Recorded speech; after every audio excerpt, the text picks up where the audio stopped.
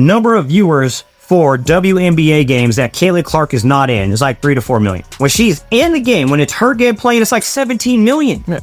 Well, I also look at the attendance in the arena. Yes. It's 8 to 10,000 everywhere else. Caitlin Clark, 17. The WNBA is struggling to push through the semifinals and finals without Caitlin Clark, and it's not looking good. It speaks for itself, but it's also in the numbers. Just look at the difference in All-Star votes compared to last year. Asia Wilson led with just under 100,000 votes, and this year Caitlin Clark is leading with a little over 700,000. What a difference a year makes. Games without Caitlin Clark are drawing significantly fewer viewers, dealing a major blow to the WNBA. The league is now coming to terms with the true impact of the Caitlin Clark effect. Do we think that these new WNBA fans are going to stick around for the rest of the playoffs? The Liberty Aces series might be one that draws some numbers. The disparity between 1.8 million and around 400,000 is wild, especially with football season being in. If the WNBA had been smarter and not allowed the refs to target Caitlin Clark, they wouldn't be facing this problem now.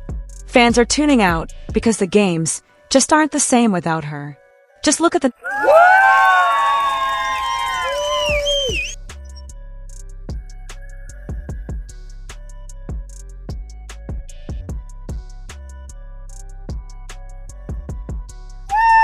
Clark went to play golf, and the crowd that showed up says it all.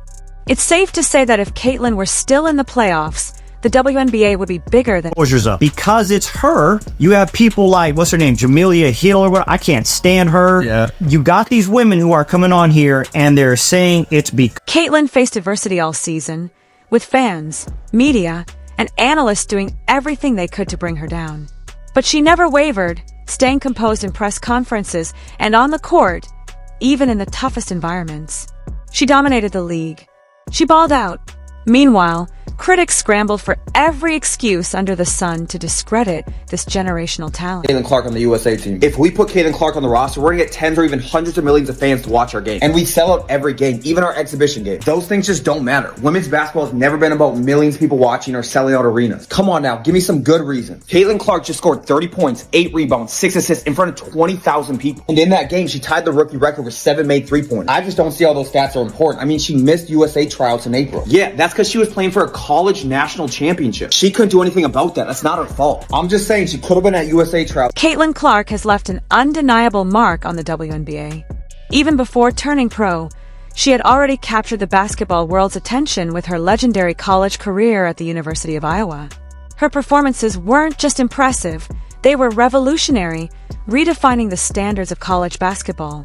Known for her scoring outbursts and deep three-pointers, Clark consistently delivered jaw-dropping moments that left commentators, coaches, and fans in awe. Now that Caitlin Clark is out, and again, like I said, she brought a whole new fan base. And I'm not going to say it was one race or another or one type of person. I believe that all different types of people really started embracing Caitlin Clark. Female, male, black, white, young, old. Caitlin Clark is just a superstar. That's what happens when you have a star. Into a league full of stars, and it was immediately clear Caitlin Clark wasn't going to disappoint the fans who had followed her journey from Iowa.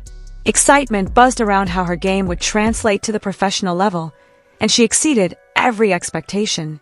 Every time she took the court, she delivered performances that not only lived up to the hype, but proved why she was a generational talent. They were the most watched team in the league. An average of viewership, 1.1 million viewers each game in the regular season. Other games, listen to this, paled in comparison, drawing just about 394,000 viewers on. Beyond the numbers, what truly set Caitlin Clark apart was her ability to elevate those around her. It's one thing to dominate individually, but Clark consistently made her teammates better. Her elite court vision allowed her to create opportunities that most players wouldn't even see, and her leadership on the floor was instrumental in guiding the Fever to several crucial wins throughout the season. Even as a rookie, she was the player her team looked to in clutch moments, and she almost always delivered. It quickly became clear that Caitlin Clark wasn't just a great young talent. She was already one of the most influential players in the WNBA. The level of attention she drew has joined the WNBA. We've now earned enough money for every single team to fly private. So if we put her on the team, we're going to be able to fly private all the way to Paris and back. We have been fighting for private flights for so many years in women's basketball, but I mean, we can go back to commercial. That's something the league has been asking for so long. And now Caitlin has literally given that to us. All right, I made my decision. Okay, good. So you're going to put her on the team. The world's going to be so excited. Caitlin Clark has brought us millions of fans, hundreds of millions of dollars, and private flights. But at the end of the day, that's just... For much of the season, the Indiana Fever looked like a team on the rise. With Caitlin Clark leading the charge, they had all the pieces to make a deep playoff run. Their fan base, which had grown exponentially throughout the season, was filled with hope that the Fever would cement themselves as a true contender in the postseason. I'd like to say congratulations to Caitlin Clark, #1 player on the planet right now. Let's go ahead and do this game today. You got your hands full. You're probably nervous because it's senior day. It's the last one here, but this crowd's gonna carry you through. So just keep focused. I know as soon as you drop that first three, it's gonna be all over. The Fever faced off against the Connecticut Sun, a seasoned team with far more playoff experience. While Indiana had the potential to pull off a series win, the unforgiving format left little room for mistakes.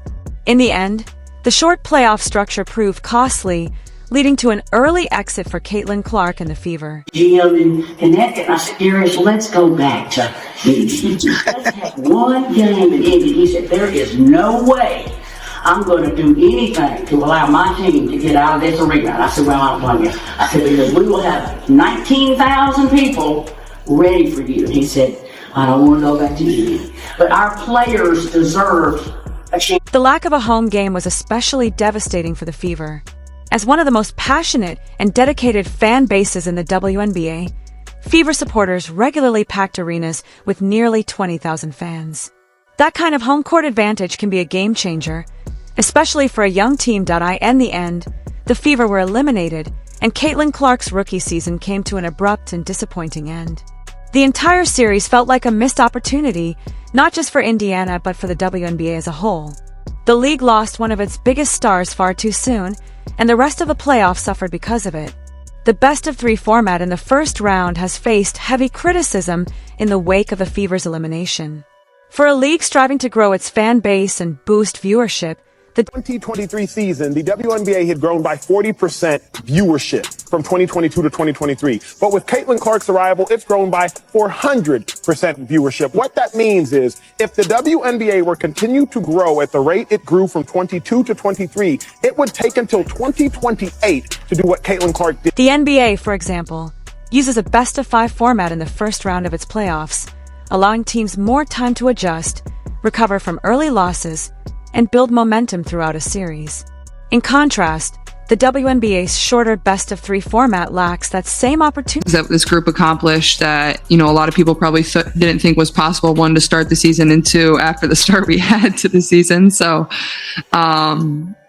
yeah, it'll definitely be probably a little weird for me over the course of the first couple weeks, and then I'm sure I'll get bored and pick up a basketball again. So.